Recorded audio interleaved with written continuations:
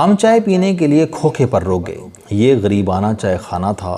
آپ کو عموماً اس قسم کے چائے خانے سڑکوں کے کنارے، اندرون شہر کی گلیوں، محلوں، چوکوں، بازاروں، منڈیوں، بسوں اور ٹرکوں کے اڈوں پر ملتے ہیں۔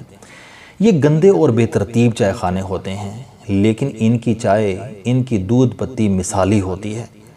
لوگوں کو ان کی باقاعدہ لت لگ جاتی ہے۔ لوگ سارا دن یہاں گزار دیتے ہیں۔ یہ نہ آئیں تو ان کے آرڈر آتے رہتے ہیں اور چائے خانے کا چھوٹا پورا دن انہیں چائے سپلائی کرتا رہتا ہے۔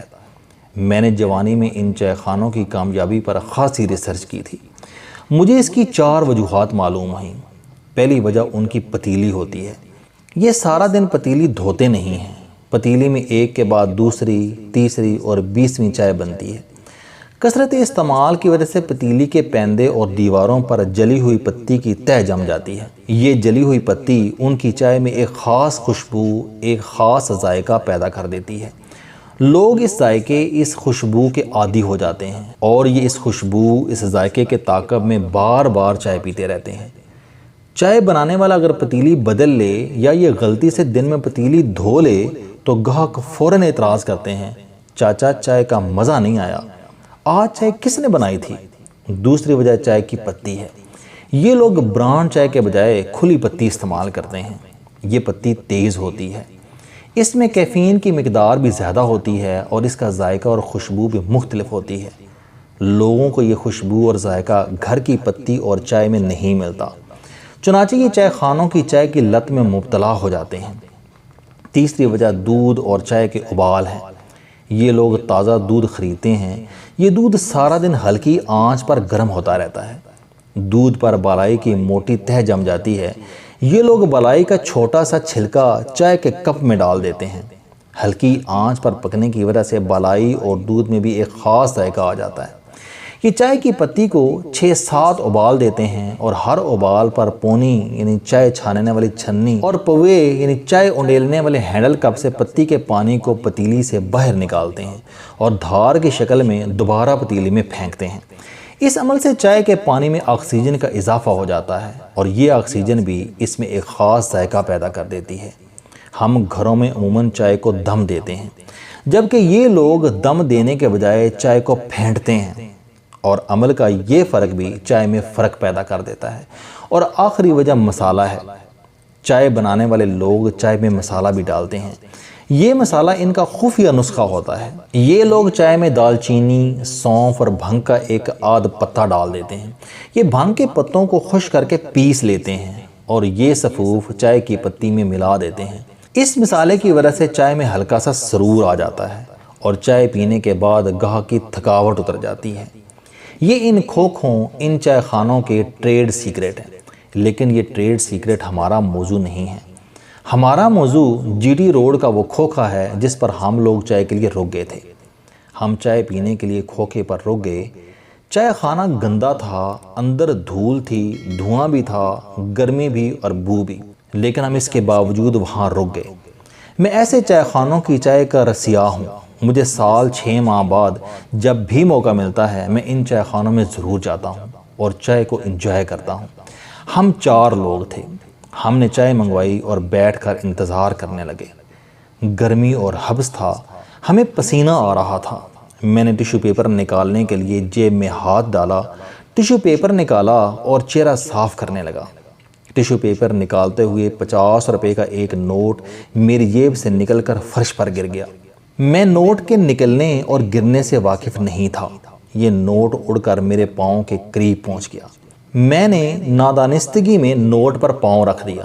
دور کونے میں درمیانی عمر کا ایک مزدور بیٹھا تھا۔ وہ تڑپ کر اپنی جگہ سے اٹھا، بھاگتا ہوا میرے پاس آیا، زمین پر بیٹھ کر میرا پاؤں ہٹایا، نوٹ اٹھایا، نوٹ کو سینے پر رگڑ کر صاف کیا، نوٹ کو چوما، آنکھوں کے ساتھ لگایا اور دونوں ہاتھوں میں رکھ کر مجھے واپس کر دیا۔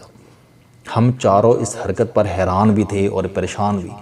ہماری جیبوں سے عموماً نوٹ گر جاتے ہیں، دیکھنے والے ان کی نشاندہی کرتے ہیں اور ہم نوٹ اٹھا کر دوبارہ جیب میں رکھ لیتے ہیں، لیکن ہم نے زندگی میں کوئی ایسا پاگل نہیں دیکھا تھا جو فرش پر گرے ہوئے نوٹ کے لیے تڑپ کر اپنی جگہ سے اٹھا ہو، فرش پر بیٹھا ہو اور اس نے نوٹ اٹھا کر اپنے سینے سے صاف کیا ہو، 50 روپے کے معمولی سے نوٹ کو چوما ہو، آنکھوں سے لگایا ہو اور کسی مقدس ورق کی طرح دونوں ہاتھوں میں رکھ کر مالک کے حوالے کیا ہو۔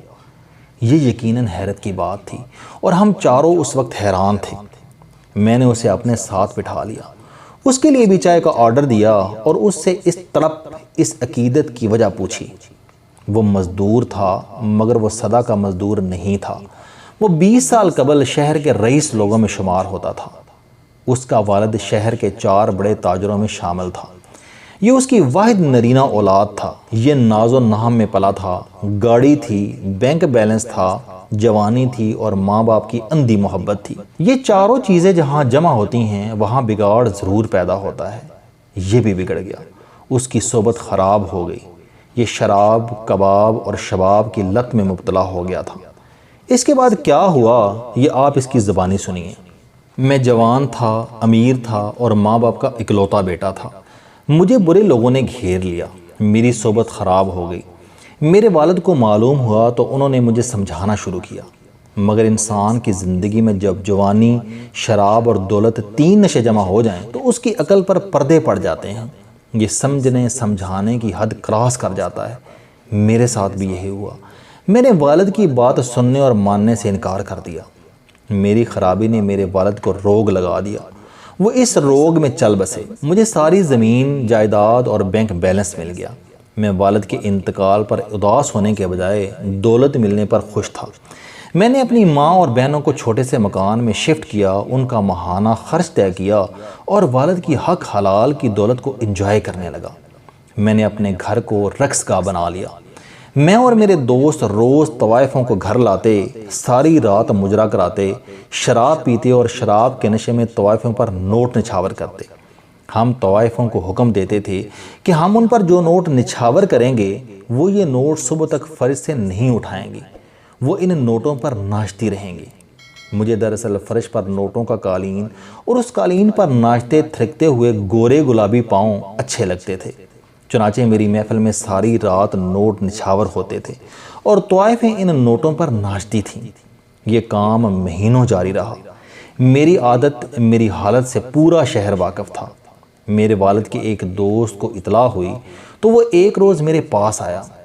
اس نے میرے سر پر ہاتھ پھیرا اور کہا، بیٹا، تمہارے والد لوگوں سے کہا کرتے تھے کہ اللہ تعالیٰ جب کسی سے خوش ہوتا ہے تو یہ اسے دولت سے نوازتا ہے، پھر صحت دیتا ہے، پھر اولاد عنایت کرتا ہے اور آخر میں اچھے دوست دیتا ہے۔ تمہارے والد کہا کرتے تھے کہ دولت ایمان کے بعد اللہ تعالیٰ کی بہت بڑی نعمت ہے۔ لوگوں کی نسلیں اسی نعمت کی دعا کرتے کرتے قبرستان پہنچ جاتی ہیں۔ اللہ بہت کم لوگوں پر خوشحالی کے دروازے کھولتا ہے، لیکن جب اللہ کے بندے نوٹوں کو پاؤں میں روندتے ہیں تو اللہ تعالیٰ ناراض ہو جاتا ہے اور یہ دولت کی ناقدری کرنے والوں سے ایمان بھی چھین لیتا ہے، عقل بھی، صحت بھی اور اچھے دوست بھی۔ والد کے دوست کا کہنا تھا، تم نوٹوں کو طوائفوں کے قدموں میں نچھاور کر کے اللہ کی بڑی نعمت کی توہین کر رہے ہو، تم تباہ ہو جاؤ گے، تم سنبھل جاؤ۔ لیکن میں اس وقت نشے کے گھوڑے پر سوار تھا۔ میں نے ان کو یہ کہہ کر روانہ کر دیا کہ آپ مجھے میرے حال پر چھوڑ دیں، آپ اپنے بچوں پر توجہ دیں، یہ روز لوگوں کے گریبان پھاڑتے ہیں۔ وہ چلے گئے، میں نے اپنا معمول جاری رکھا۔ میں اور میرے دوست طوائفوں کے قدموں میں نوٹ نچھاور کرتے رہے۔ ایک دن اس غرور کا نتیجہ نکل آیا، میں نے نشے کے عالم میں گولی چلا دی، ایک طوائف ماری گئی، کیس بنا، میں سزا سے بچ گیا، لیکن میرا سب کچھ چلا گیا اور میں اب فیکٹری میں مزدوری کرتا ہوں۔ وہ رک گیا، اس نے لمبی سانس لی اور بولا، میں جب بھی کسی نوٹ کو کسی پاؤں میں گرا ہوا دیکھتا ہوں تو میں تڑپ اٹھتا ہوں۔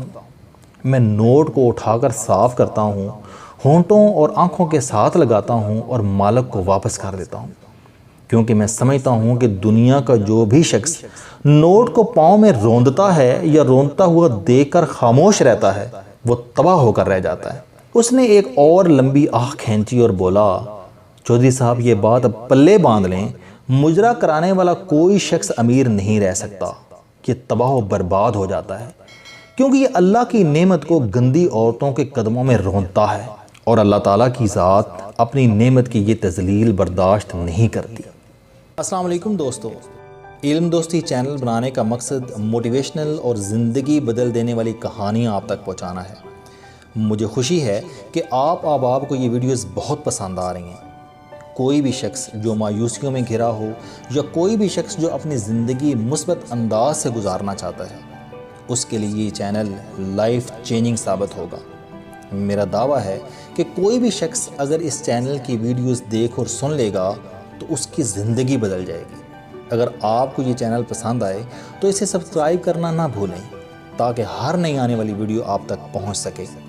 اس ویڈیو کو دوسروں تک ضرور پہنچائیں کیونکہ یہ صدقہ جاریہ ہے۔ آپ احباب کا